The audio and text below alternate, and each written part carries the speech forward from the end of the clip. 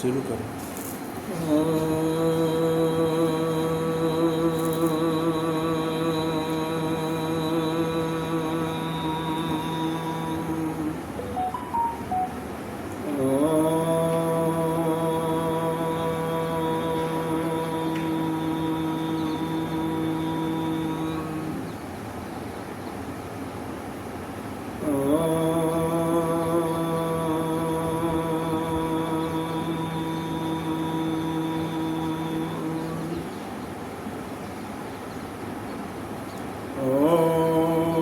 सहनावतु सहनो भुनक्तु सह वीर्यं करवावहै तेजस्विनावधीतमस्तु मा विद्विषावहै।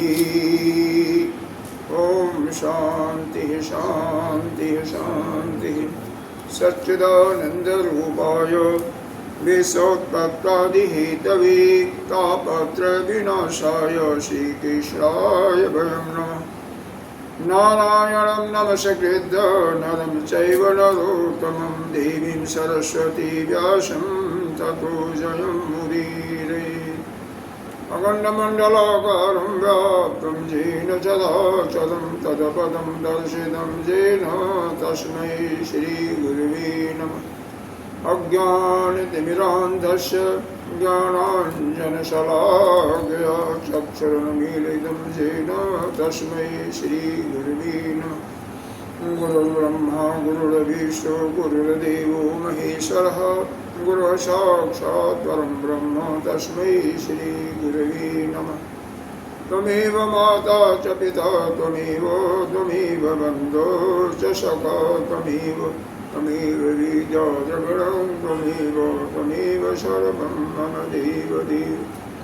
गजाननं भूतगणाधिसेवितं कपिध्वजम्बूफलचारुभक्षणम् उमाशतं शोकविनाशकारकं नमामि गणेशवरदमङ्गलम्। अनंत श्री विभूषित नित्य प्राप्त स्मरणीय वंदनीय अर्चनीय पूजनीय 1008 पंचायती महानिर्वाणी अखाड़ा के वरिष्ठ स्वर्गीय ब्रह्मनिष्ठ महामंडलेश्वर सदगुरुदेव भगवान के चरणों में कोटि कोटि प्रणाम बंदे। यहाँ पर विराजमान प्रतिष्ठा देव आचार्य श्री कृष्ण जी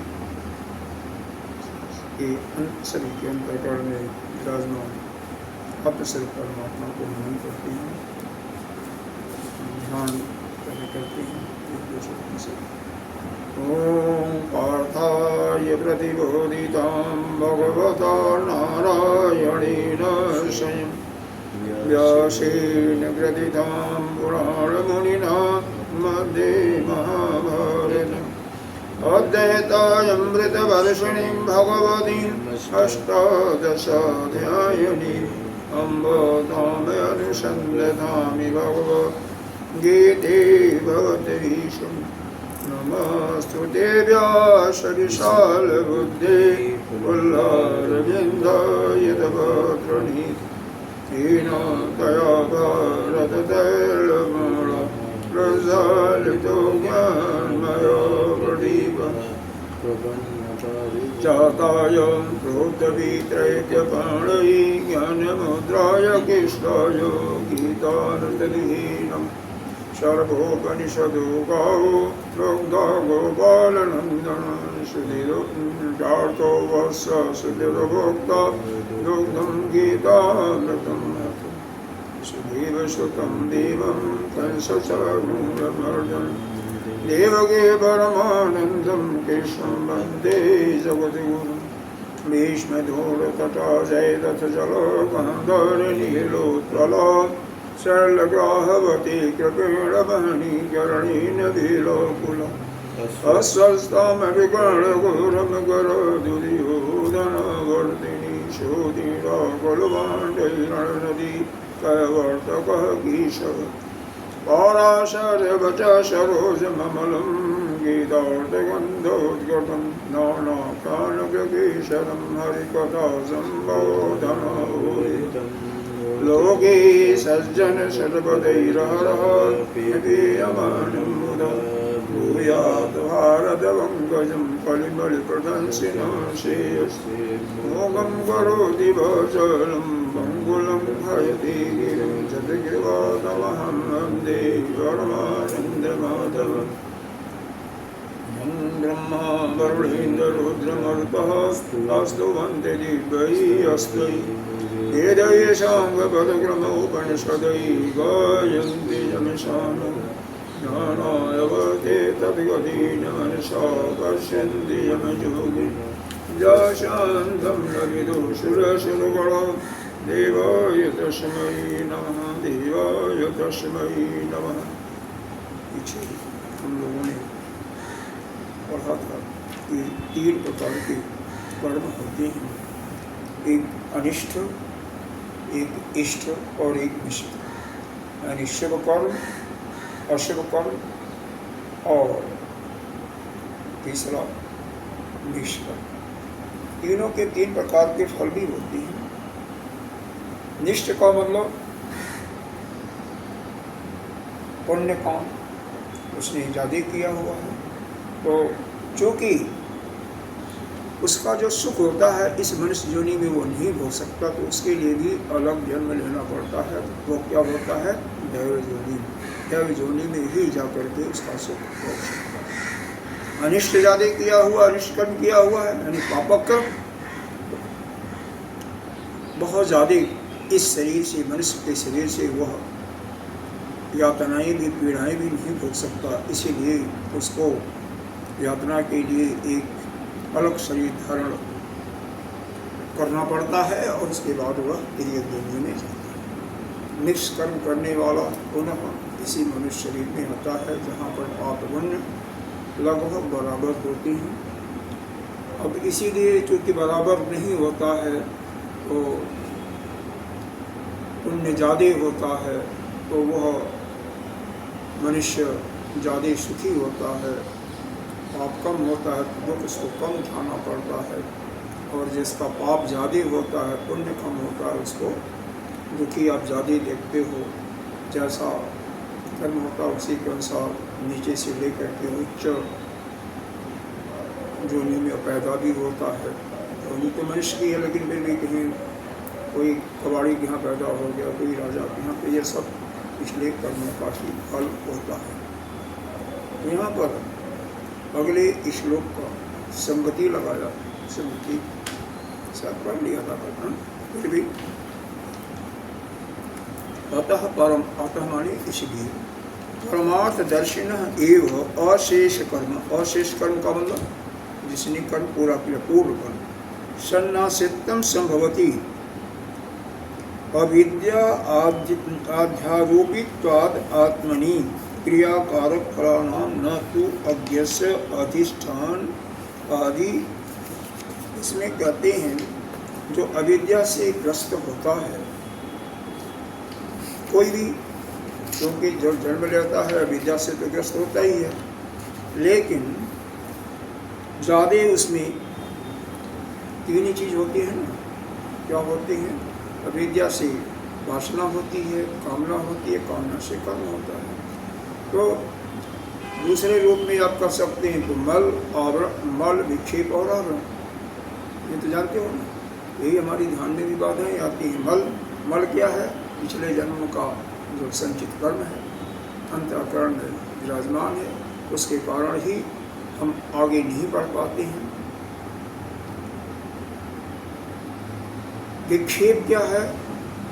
आपने सत्संग सुना, अपना जीवन धर्म की तरफ उन्मुख किया, धर्म की तरफ जा रहे हैं, लेकिन फिर भी जब ध्यान साधना करते हैं तो बीच बीच में से कोई न कोई मन जो है किसी पुरानी घटनाओं को याद करके जिस काम में लगे हुए हो वहाँ से चलाना हो जाता है। ऐसा होता होगा, स्वाध्याय में भी होता होगा कि आपका शरीर यहाँ पर है, मन भी है, लेकिन किसी समय अचानक मन भाग जाता है, तो उसी को कहते हैं विक्षेप। मन के अंदर कोई दूसरी चीज़ का ध्यान आता है। और आवरण वही आपका विद्या रूप का जो आवरण पड़ा हुआ कारक शरीर। तो यही यहाँ पर बता रहे हैं हम कि जो अविद्या से ग्रस्त हैं, अविद्या से आरोपित है, जो जीव अविद्या से आरोपित हैं, वो क्या करते हैं? क्रिया कारक फलानाम तो अज्ञस्य, वह इसी शरीर को अधिष्ठान बना करके क्या करते हैं? ये विद्या है तो कामना होगी, तो कामना होगा तो कर्म करेंगे, कर्म करेंगे तो कुछ कारक भी चाहिए, कारक चाहिए, फिर उसका फल भी चाहिए। किसी फल के लिए ही कर्म करता है कोई व्यक्ति। यहाँ तक कि आजकल पूजा पाठ करता है तो पहले ही सोच लेता है इसमें क्या मिलेगा, मेरे को क्या फल मिलेगा। तो यह जो फल है, तो फल के भावना से ही संपूर्ण कर्म कर सकता है। तो यह कौन कर सकता है? यह त्यागी कौन कर हो सकता है? जो परमार्थदर्शी होगा वह तो यह कर्म नहीं करेगा, वह तो संपूर्ण कर्मों का त्याग कब कर देता है? जब विधि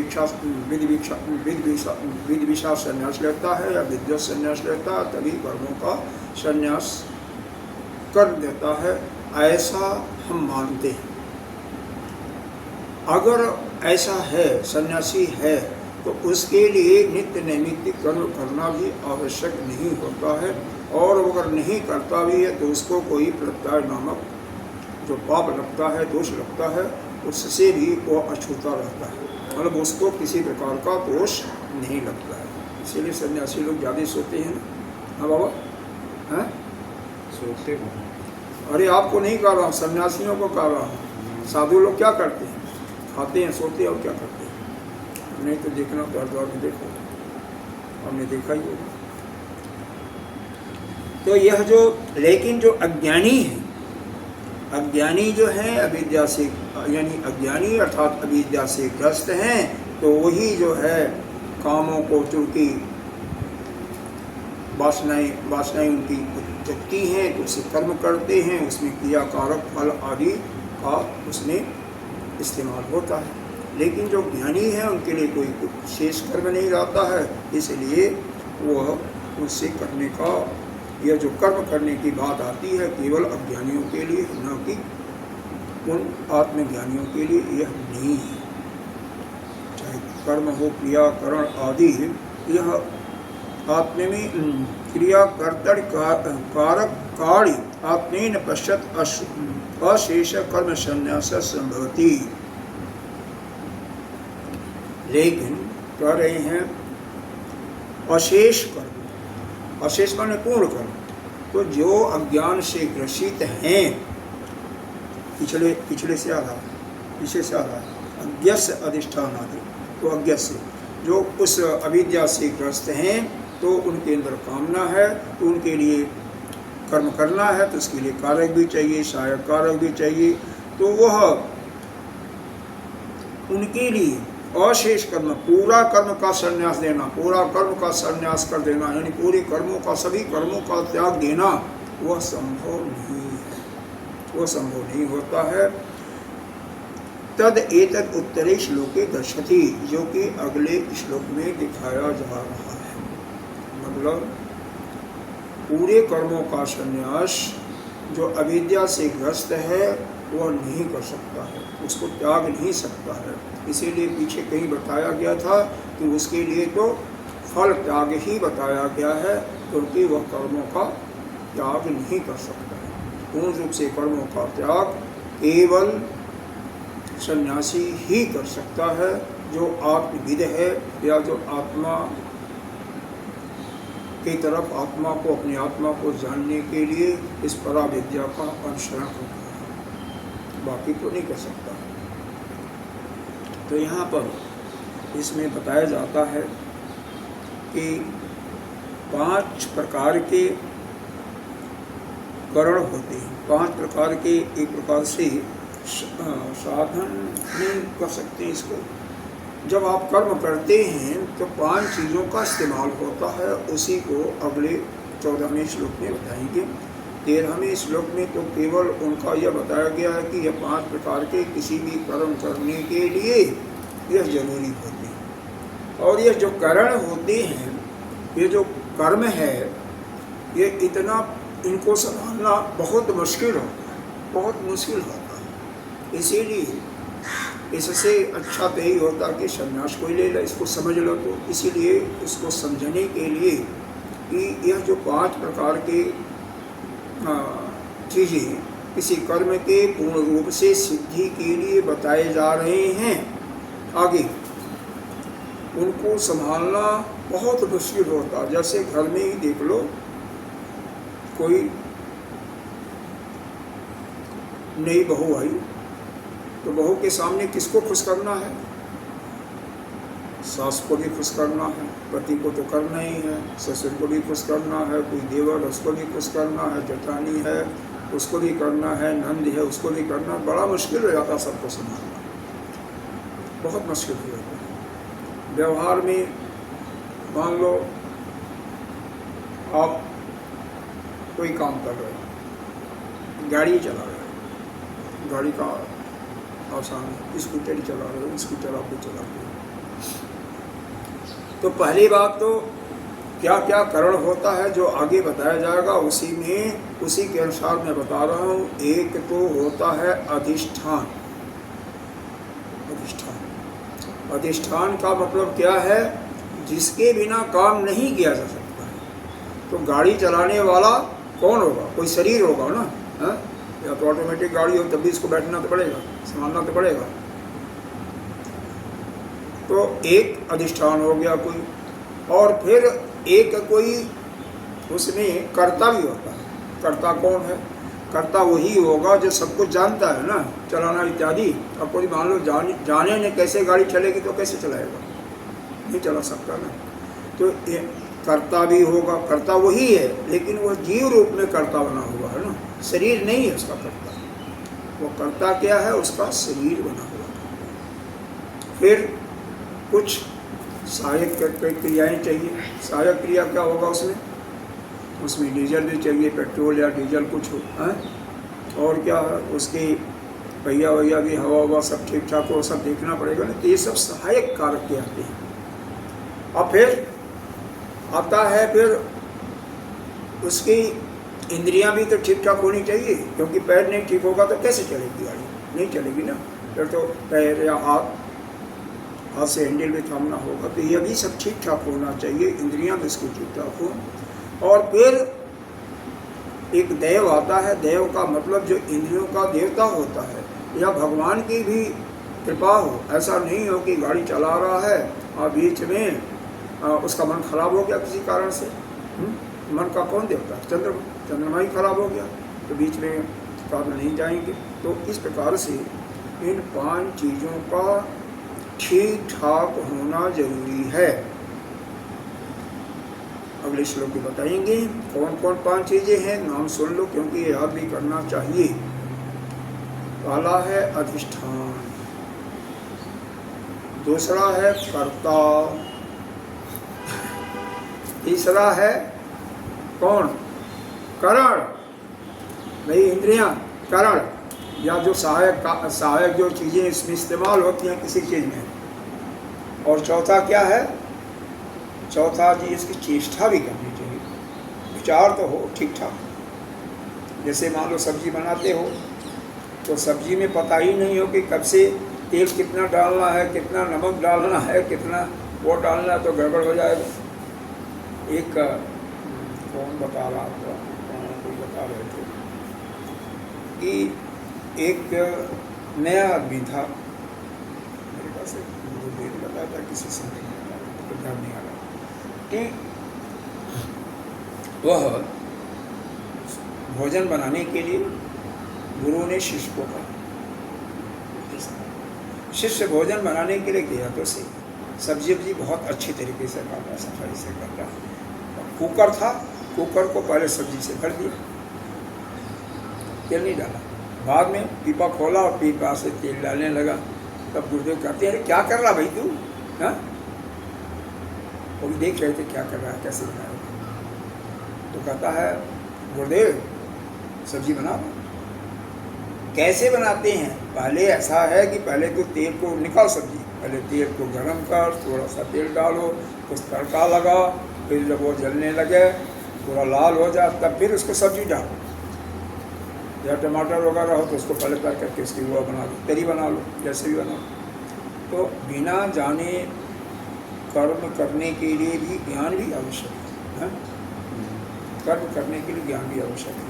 यहाँ पर तो भाष्य में लिखा हुआ ना, आपकी जैसे पुतलियाँ होती हैं ना, बंद होती हैं खुलती, ये तो बिना कर्ता के लिए होती है। ये क्या आप खाते हो भी बच जाता है, इसमें आप कुछ करते हो? कुछ नहीं करते।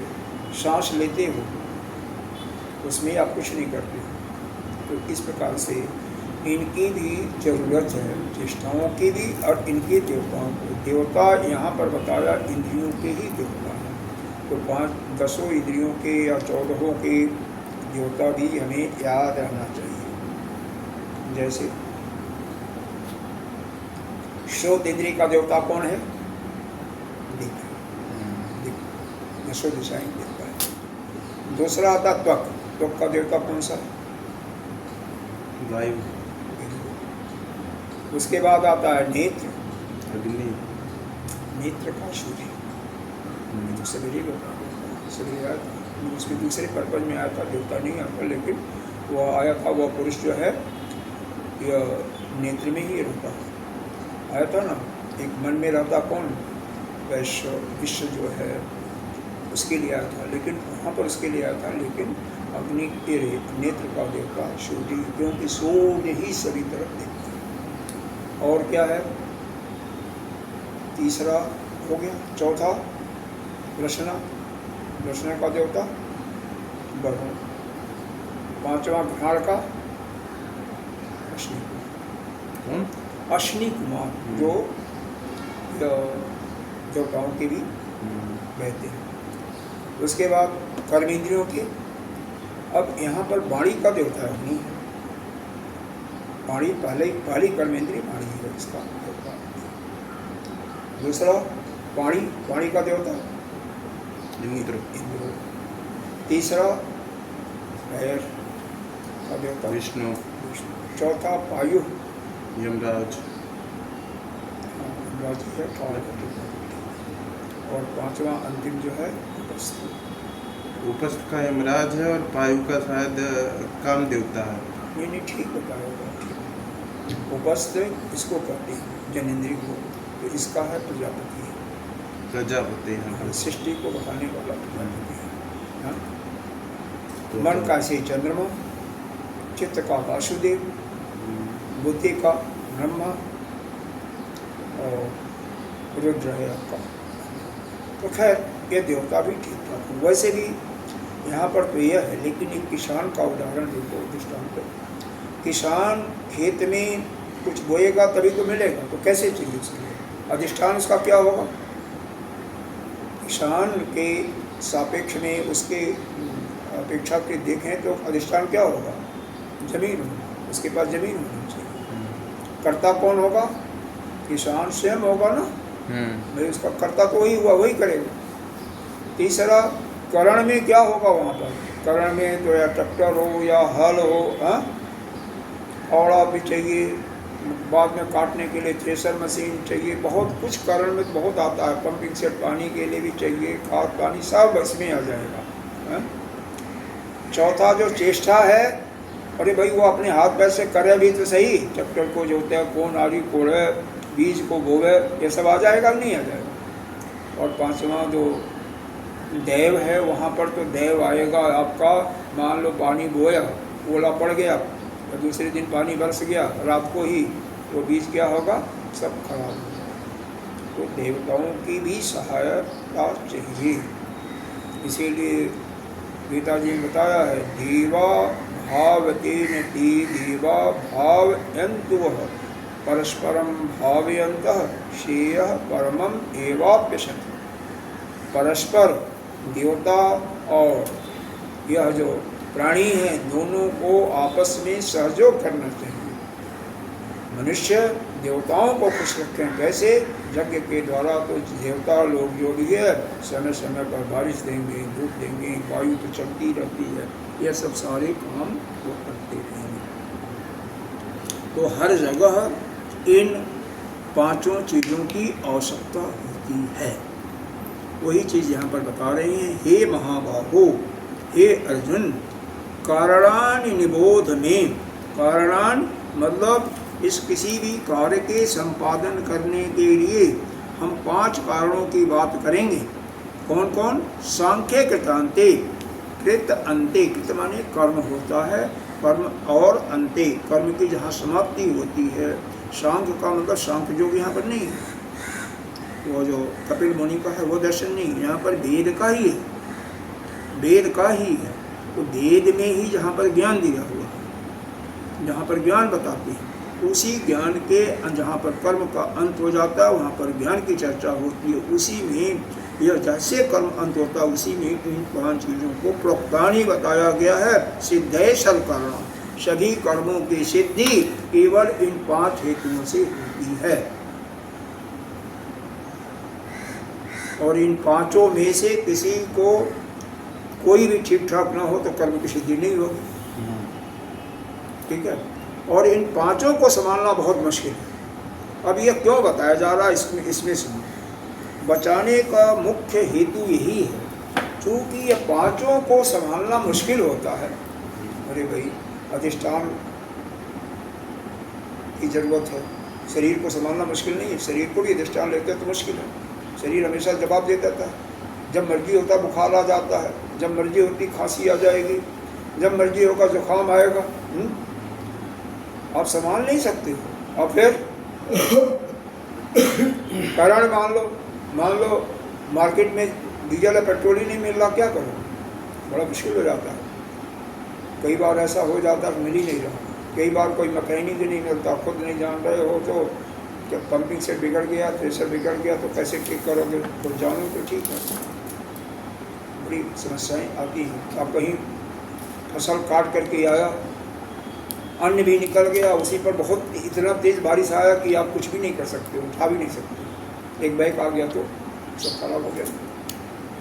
या फसल तैयार है, कहीं से हमारे यहाँ कहते हैं हर क्या कहते हैं, ऐसे पशु जो किसी के नहीं होते हैं, मतलब तो छोड़ देते हैं लोग, वो आकर के चल लिया रात में, सारी फसल को बर्बाद कर दिया। आपका सब कुछ किया वो मिट्टी मिल गया। या कई बार आलू तैयार होता है, आलू को तो हमने देखा हुआ है, पाला पड़ जाता है, पत्थर पड़ जाता है, आलू खराब हो जाती है। फिर गेहूँ खराब हो जाती है, बहुत तेज आंधी चलती है, गेहूँ लेट गया और फसल खराब हो जाती है। तो यह प्रकृति की बाधाएं भी बहुत आती हैं, इसलिए देवताओं का भी खुश रहना जरूरी है। तो हम संभाल नहीं सकते हैं। यहाँ पर भगवान के कहने का यह मतलब नहीं है, मतलब यह है कि इनको संभालना मुश्किल है, इसीलिए तुम ज्ञान प्राप्त करो। अगर कर्म की सिद्धि आपकी तभी होगी जब इन सबको संभालोगे। कर्ता भी ठीक रहेगा, अधिष्ठान भी ठीक रहेगा, कर्ण भी ठीक रहेंगे, आपकी चेष्टाएं भी ठीक ठाक होंगी और देवता भी ठीक ठाक रहेंगे, तभी आप कर्म की सिद्धि, कर्म को ठीक ठाक कर सकते हो। बड़ा मुश्किल है हर एक को संभालना। जैसे एक परिवार का मुखिया होता है, सभी खुश नहीं कर सकता, एक खुश होगा तो दूसरा नाराज होगा। तो इसी कारण से आप क्या करो, इसके पीछे जो अंतर्भाव यही है, तुम ज्ञान का मार्ग पकड़ो और ज्ञान प्राप्त करके मुक्त हो। या दूसरा, इन कर्मों को पूरे प्रयास से करो और साथ में नित्य नैमित्तिक जो पहले बताया गया वह करते रहो, जिससे आपका अंतःकरण शुद्ध हो जाए। और अंतःकरण शुद्ध हो करके और जब इसमें बिल्कुल विशुद्ध हो जाएगा तो आपका चित्त भी प्रसन्न हो जाएगा, प्रसन्न रहेगा। और चित्त प्रसन्न रहेगा तो आप चिंतन के लिए गुरुदेव का शरण लो और आप ज्ञान प्राप्त करो, मुक्त हो जाए। तो यहाँ पर इन श्लोकों के माध्यम से आपको आगे बढ़ने के लिए, जीव किस प्रकार से आगे बढ़े, भाव यहाँ पर कि यह संसार के जो कर्म हैं उनमें बहुत सारी परेशानियाँ हैं, बहुत सारे झमेले हैं। तो पूरी को यहाँ पर बताते हुए यह आपका क्या हमारा इस श्लोक का भाष्य हो गया था ना? नहीं हुआ था, नहीं हुआ था सर, नहीं ध्यान नहीं। तो देखो इसमें पढ़ी लेते हैं। पंच इमानि बक्षमाणि हे महाबाहो पंचेमानी का मतलब दिया बक्षमाणी, मतलब आगे कहा जाएगा। ईमान माने आगे होता है। इसका सब अर्थ भगवान देते हैं बक्षमाणानि। हर एक पदों का अक्षभाष में ही उनका अर्थ दिया था। महाबाहो कारणानि, कारणानि माने यही जो करण होते हैं, करण मतलब इंद्रियां इत्यादि। निवर्तकानी, तो इन निवर्तकानी मतलब इन कर्म के साधन जो हैं जिससे काम किया जाता है, तो नियम इति निबोध में, तो मेरे द्वारा उसको जानूं। जिन करणों की सहायता से यह 5 करण हैं उनको मेरे द्वारा समझो, जिनसे किसी कार्य का ठीक ठीक संपादन होता है। उत्तरत्र, अगले उपदेश में चेत समाधानार्थम, इसका मतलब क्या हुआ? आपका चित्त की एकाग्रता। समाधान का मतलब क्या होता है? पीछे पढ़ा हुआ ना साधन चतुष्टय में, चित्त की एकाग्रता। तो चेता माने चित्त, चित्त की एकाग्रता के लिए वस्तु वैषम्य प्रदर्शनार्थ, कि चित्त को लगाने के लिए, भाई देखो कोई भी कर्म करोगे तो चित्त एकाग्र भी होना चाहिए। अगर भोजन ही बनाओ तो चित्त एकाग्र नहीं होगा तो उल्टा पलटा हो जाएगा। डालना का नमक कहीं डाल दिया चीनी। गाड़ी चलाओ, अगर चित्त आपका एकाग्र नहीं होगा तो एक्सीडेंट होने के चांसेस बढ़ेंगे कि नहीं बढ़ेंगे। तो इसीलिए बताया वस्तु वैषम्य प्रदर्शनार्थ, मतलब इनमें कठिनाई दिखाने के लिए, वस्तुओं में विषमता, जो करण हैं उनमें विषमता विपरीतता दिखाने के लिए, प्रदर्शनार्थ दिखाने के लिए, तानि करणानि ज्ञातव्यता सती, उन्हीं कारणों को जानने जो बता करके उन 5 कारण जो हैं बहुत मुश्किल हैं, उनको ठीक ठाक रखना। और स्तुति किसके कर रही हैं? ज्ञान मार्ग की, जो निवृत्ति मार्ग की स्तुति की जा रही है। देखो ज्ञान ज्ञातव्यता मतलब उनको ज्ञात माने जानना होता है, ज्ञातव्य माने जानने योग्य, उनको जानने योग्य बतला करके उनकी किसकी? दूसरे की स्तुति कर रहे हैं। किसकी? वह ज्ञान मार्ग की, निवृत्ति मार्ग की। सांख्ये ज्ञातव्य, जिस शास्त्र में यानी जहाँ पर वेद में ज्ञातव्य पदार्थ संख्यांते, मतलब जहाँ पर वेदांत आपका है वहाँ पर जब संख्या अंते, संख्या मतलब जहाँ पर गणना किया जाता है उसको संख्या कहते हैं। जस्मिन शास्त्रे तत् सांख्यम, जिस शास्त्र में गणना की जाती है उसी को सांख्य कहते हैं, या वेदांत। यहाँ पर वेदांत उसका विशेषण है सांख्य का, यानी वेदांत का सांख्य विशेषण है। वेदांत विशेष है और सांख्य विशेषण है। तो उस वेदांत में कृत अंते, जहाँ पर कर्मों की समाप्ति हो जाती है, इति तस्य एवं विशेषणं कृतम इति कर्म उच्यते, तो वहाँ पर यह विशेषण एक और दिया कृत कर्म को भी, जो कि कर्मों का पूर्ण कर्मों की प्राप्ति के लिए कृतम इति कर्म, जो कर्म किया जाता है उसी को कृतम कहा दिया। ऐसा कहा जाता है तस्य अंत कृतस्य, और जब कर्म का अंत हो जाता है तो परिसमाप्ति को समाप्त हो जाता है। जत्र सकृतांतः, जहाँ पर कर्म किया और कर्म की समाप्ति हो गई, कर्म का अंत हो गया, उसी को कहा गया है कृतांतः। समझ नहीं आया? कृत माने प्रथम कर्म जो करते हैं, और अंत माने जहाँ पर उसका अंत हो गया। जब कर्म की पूरी समाप्ति हो गई तो उसी को हम कहते हैं कृतांतः। तो वेदांत में जहाँ पर गणना होती है, जहाँ पर कर्म की समाप्ति हो गई, वहाँ पर इस ज्ञान को बताया हुआ है। यह 5 कारणों को बताया गया है। ठीक है, इति तत् यही 5 करण। जावनार्थम उदपानी, यहाँ पर यह गीता जी में एक जावनार्थ शब्द दूसरे नहीं, जावनार्थम उदपानी, यहाँ पर सभी कर्मों को जानने के लिए यहाँ पर बताया गया है। दूसरे अध्याय में कहीं दिया हुआ है, जहाँ पर यह 31वें अध्याय से आगे होगा, 31वें 32वें श्लोक से आगे कहीं होगा।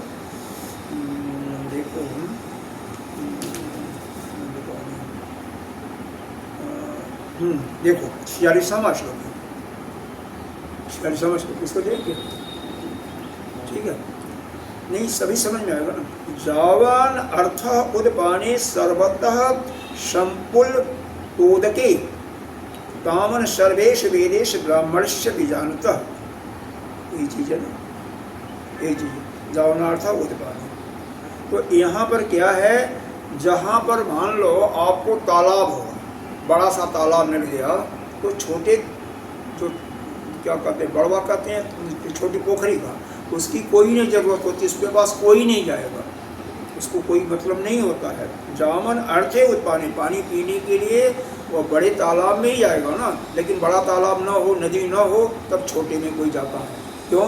छोटे में जाओगे तो पानी पीने के लिए अगर मान लो उसमें घुसना पड़े, हलना पड़े, तो पानी मटमैला हो जाएगा, कुछ देर आपको इंतज़ार करना पड़ा।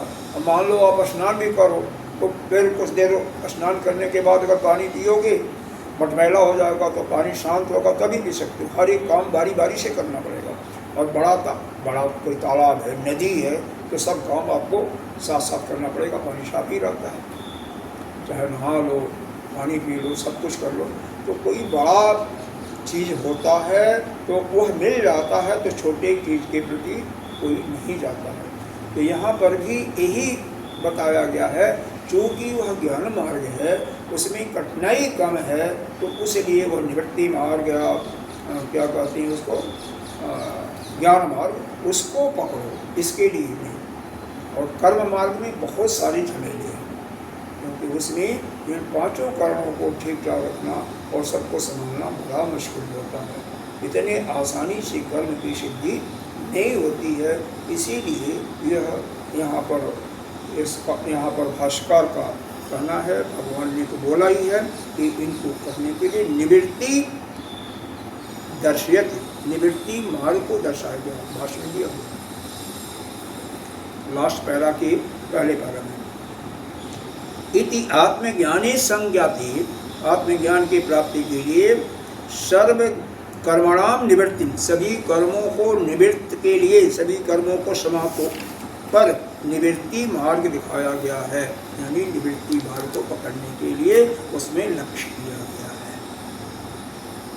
अतः तस्मिन् आत्मज्ञानार्थे, इसीलिए आत्मज्ञान के लिए सांख्य कृतांते, यानी सांख्य कृतांत मतलब जहाँ पर भेद है, जहाँ पर कर्मों का अंत बताया गया है, प्रोक्तान कथयान सिद्धे निमित्तार्थम सर्वकर्माण, वहाँ पर इन पांचों कर्मों को स्पष्ट रूप से बताया गया है। तो पांच कर्ण क्या है, इसके इस श्लोक में बताते हैं। मैंने तो ऐसे पहले बता दिया आपको। अधिष्ठानम तथा कर्ता करणम च पृथक विधम विविधास्य पृथक चेष्टा दैवं चैवात्र पंचम। पहला अधिष्ठान, दूसरा कर्ता, तीसरा करण, अच्छा और क्या है, विविध प्रकार की चेष्टाएं, चार हो गया, और पांचवा दैव। यह पांच प्रकार के करणों की जरूरत पड़ती है। अरे आप पढ़ रहे हैं तो इसमें भी पांचों करण हो। देवता, तो देवता खराब हो जाए, मन आपको करे नहीं बैठने का, तो फिर क्या करोगे? मेरा ही मान लो चले जाएगा, बाणी नहीं निकले, मान लो वो हो गया, खांसी हो गई, तो कैसे कर सकती? नहीं कर सकते। तो सभी का ठीक ठाक रखना पड़ेगा। यदि एक प्रकार से, ताकि यह कर्म जो है हमें निवृत्ति मार्ग की तरफ ले जाने वाला है, उस वह कर्म नहीं है, लेकिन यह जो साधन भी है, इसमें ले जाने के लिए जब तक हम वहाँ तक पहुँचते नहीं हैं, तब तक यह करना ही पड़ेगा ना। तो इसमें भी सब कुछ ठीक ठाक होना चाहिए, नहीं होना चाहिए। ज़्यादा आदमी तो माइक भी ठीक होना चाहिए। आपने देखा होगा गुर्दे के सामने हमेशा माइक की प्रॉब्लम आती है, हमेशा माइक खराब होता है, और होता ही है। माइक वाले ऐसे ही करते हैं, जानबूझ करके करते हैं ये जैसे, और फिर कई बार ठीक भी होता है। तो सारी चीज़ें दिखनी है, माइक भी ठीक हो, पक्का का गला भी ठीक हो, और भगवान की कृपा हो कि मौसम भी ठीक हो, तभी तो होगा। कोई भी चीज़ ठीक नहीं होता तो नहीं हो पाता है। तो यहाँ पर अब देखो अधिष्ठान का अर्थ क्या बताया? इच्छा देश सुख दुख ज्ञान दीनानाम अभिव्यक्ति। यहाँ पर बताया गया 13वें अध्याय का ध्यान दोगे गीता जी में तो बताया न, इच्छा देश इत्यादि 13वें अध्याय में। और तुम्हारे 6ठा श्लोक है कि ये जो शरीर है, यह शरीर को ही अधिष्ठान अध्याय में है। छठा श्लोक है।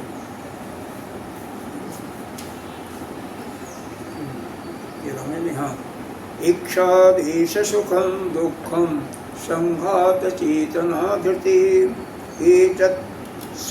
एतत् क्षेत्रम समासेन सविकारम उदाहृतम। मतलब इसी को क्षेत्र कहते हैं। यह क्षेत्र जो है इच्छा देश सुख दुख यह सारी चीजें होती हैं।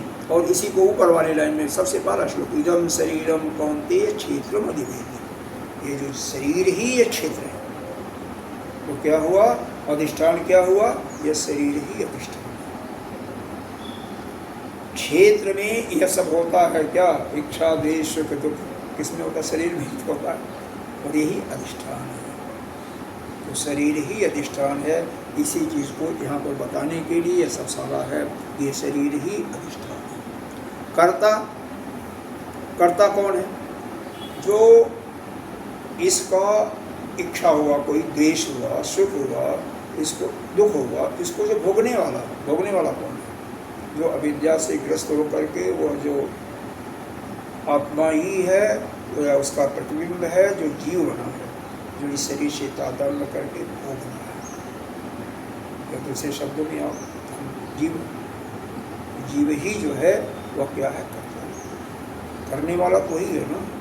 अरे भाई गाड़ी चलाना होगा तो ही चलाएगा ना, हाँ? चलाएगा उसका हाथ पैर, लेकिन उसका वो चाहेगा तभी तो हाथ पैर चलेगा, वो नहीं चाहेगा तो नहीं चलेगा। शक्ति कहाँ से आ रही है? वो चैतन्य की शक्ति आ रही है ना। और चैतन्य की शक्ति उसी के थ्रू आ रही है। हाथ में और किसी चीज़ में कोई शक्ति नहीं है। अगर वो आत्मा न हो तो कुछ काम ही नहीं। उसी की शक्ति से उसी का जो प्रतिबिंब जीव है वो पा रहा है।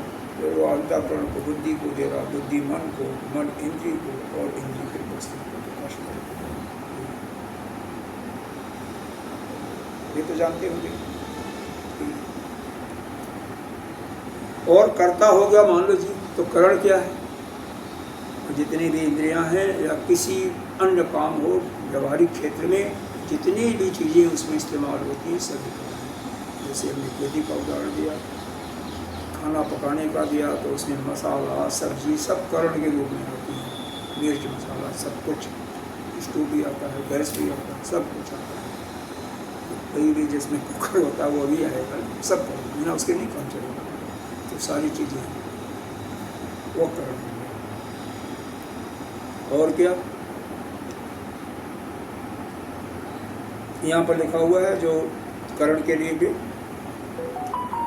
श्रोतादिकम संख्यम, यानी जितने भी श्रोत से ज्ञानेंद्रिया ले लिया, तो जितने भी इंद्रियां हैं, श्रोत इंद्रिय है, त्वक इंद्रिय है, हालांकि त्वक का इस्तेमाल इसमें नहीं होता है, ये आपका नेत्र इंद्रिय है, ये सब सारे इसमें आते हैं। कर्म हाथ पैर भी आ जाएंगे, बिना हाथ पैर के तो कुछ होगा नहीं। कोई भी काम करोगे तो बिना हाथ पैर के तो नहीं होने वाला।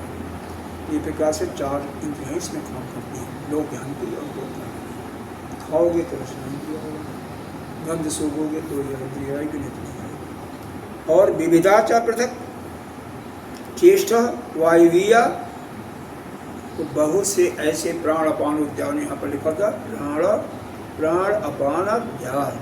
तो यहाँ पर बहुत सी ऐसी चेष्टाएँ होती हैं जो अपने आप होती रहती हैं, जैसे श्वास का आना जाना, पलकों का बंद होना और खुलना, और भोजन का पचना, यह सब अपने आप होती रहती है। आगे कहीं बताया गया है, आगे शायद देखा मैंने कि यह सब कैसे होती हैं, क्योंकि बाद में भी, हाँ इसी में अभी प्रश्न पूछेगा तो वहाँ पर रहेगा यह सब कैसे होता है। हमने तो 3 ही को सुना है, शरीर, कायिक, वाचिक, मानसिक, ये आप भी जानते होंगे। कायिक बाकी तीन ही प्रकार से कर्म होते हैं, शरीर से, वाणी से या मन से।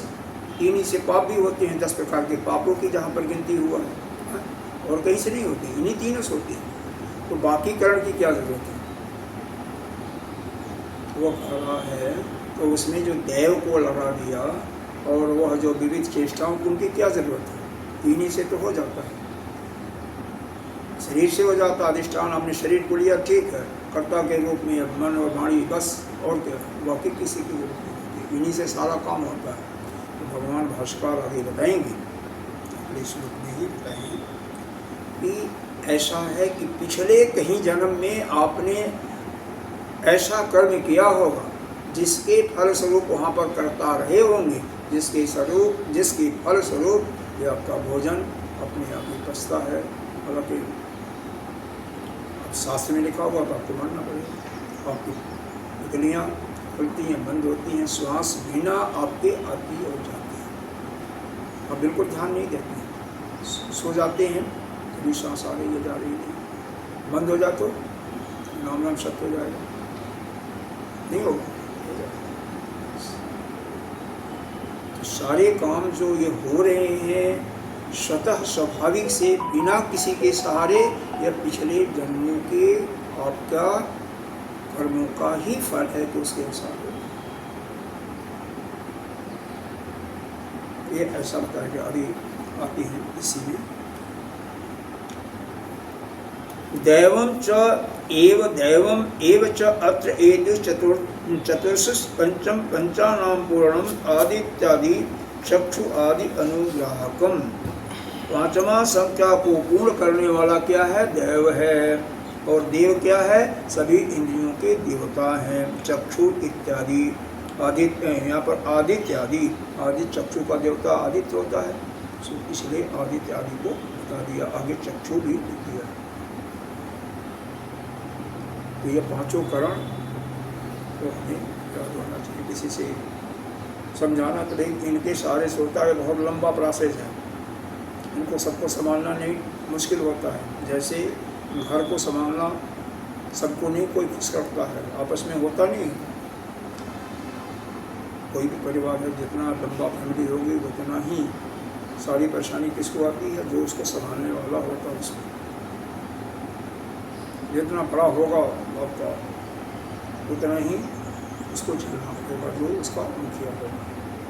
इसीलिए बहुत ज़्यादा हमें अपना नहीं फैलाना है, और फैलाएंगे तो दुखी होंगे, ये साधना कब होगी, कैसे पूरी हो सकती।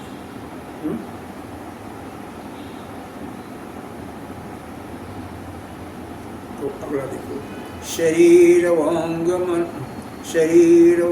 मनो भी जत कर नहीं, शरीर वांग मनो भी जत कर्म प्रारभते नरः, न्यायं वा विपरीतं वा पंचैते तस्य हेतवः। यहाँ पर साफ करते ही है शरीर से, यानी काया से, शरीर से, बाघ माने वाणी, और मन से, जत कर्म, जितने भी कर्म हैं मनुष्यों द्वारा जो प्रारंभ किए जाते हैं, प्रारभते जो कर्म किए जाते हैं, उन वह सभी कर्म शरीर, वाणी और मन से ही किए जाते हैं। न्यायम व विपरीतम, न्यायम का मतलब शास्त्र के अनुकूल हो या शास्त्र के विरुद्ध हो। वह पंचेते तस्यत्व, उसका कारण कौन है, उसका हेतु कौन है? यही 5 जो करण बताए गए हैं, यही 5 करण उसके हेतु हैं।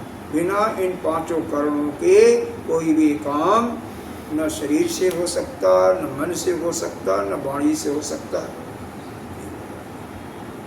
मन नहीं लग रहा क्या?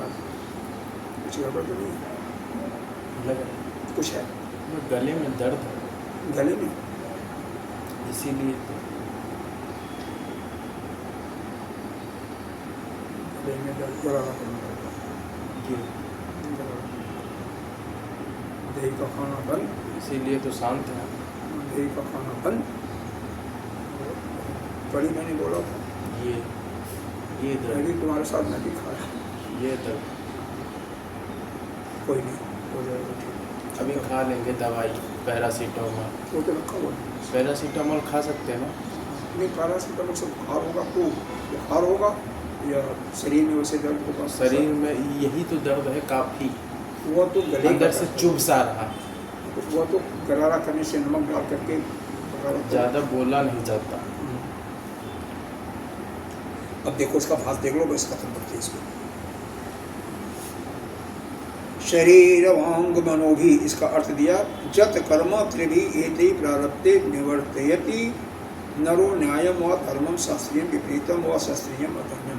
जैसा कि आपको बताया, ये तीनों प्रकार के कर्म चाहे शास्त्र के अनुसार हों, जिनको आप शुभ कर्म कहेंगे, विधिपूर्वक कर्म कहेंगे, या शास्त्र के विपरीत होंगे तो अधर्म कहेंगे। धर्म अधर्म कैसे भी कर्म हो, इन्हीं तीनों के द्वारा होते हैं। यहाँ पर आप ये 10 प्रकार के पाप बताए गए हैं, याद है? वाणी के कौन कौन पाप हैं? वाणी के पहला पाप है कि झूठ बोलना, दूसरा है कड़वा बोलना, किसी को डांटना, ये सब। तीसरा है चुगली करना, निंदा करना, सबसे जबरदस्त पाप। चौथा क्या है? और संबंध प्रलाप करना। जैसे हम दोनों या 3-4 कर रहे हैं, सत्संग कर रहे हैं, बीच में आकर के कोई दूसरी बात को छीन लगा तो वो असंबंध प्रलाप हो गया। जो चर्चा चल रहा है उससे कोई संबंधित नहीं, बिना संबंध के प्रलाप करना, बोल बनाना, उसको कहते हैं असंबंध। ये 4 प्रकार के बंधन के पाप। मन के और शरीर के बस से ही चोरी करना, किसी को कष्ट देना और व्यभिचार, मन से जत च अपि निमिष अत चेष्टादि जीवन हेतु तदपि पूर्वकृत धर्म अधर्मो एव कार्यम इति न्याय विपरीतयो एव ग्रहणेन गृहीतम। यह बिल्कुल साधारण सा है कि जीवन हेतु को, जीवन के निर्वाह के लिए जो बाकी क्रियाएं होती हैं, पलकों का जैसे बताया, पलकों का उठना, बंद होना, खुलना, बंद होना, सांस लेना जाना, भोजन का पचना, ये सब कार्य चाहे शास्त्र युक्त हो, पुण्य और पाप का ही परिणाम है। जो पिछले जन्मों में हमने किया है तो पुण्य और पाप का ही परिणाम है। कई लोगों का आंखें खुली रह जाती हैं, कई लोगों का जिह्वा जो है ना अंदर जाता ही नहीं है। एक बार मेरे साथ भी हुआ, इंजेक्शन लगवाना पड़ा था। जिह्वा जी वैसे हुआ, ऐसे ही रह गया बस। क्यों? कोई पाप किया होगा बाबा, तुम्हारी भी नहीं? तो कोई पाप किया होगा। दिल्ली में थे, जा करके तुरंत ही बाहर ही रह गई।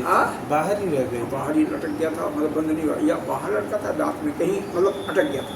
तो कोई एक आप ही जैसे थे, हमारे साथ ही रहते थे, उसमें से साथ ही बना।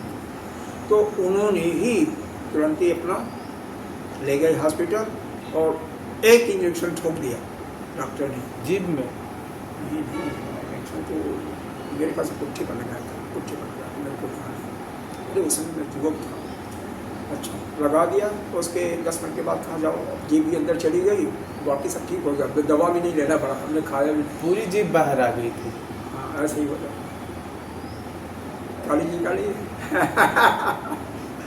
भाई रे, यह पूर्ण पिछले जो पाप और पुण्य किए हुए हैं उन्हीं के फल के अनुसार। अब इसको जब मैंने पढ़ा ना तो हो गया, याद आ गया वो घटना कि हमने पीछे कोई पाप किया होगा, अधर्म किया होगा, उसके कारण से ऐसी घटनाओं की। इसी कारण से यदि कोई वही है, जो भी होता है पूर्व जनित कर्मों का ही फल होता है। दवाई खाऊंगा अभी। एव तते यथोक्ता तत्सर्वस्य एव कर्मणो हेतव कारण। इसलिए जितने भी कर्म होते हैं सबके हेतु क्या है? यही 5 कारण जो बताए गए हैं वही हैं, उन्हीं चेष्टाओं का, समस्त चेष्टाएं।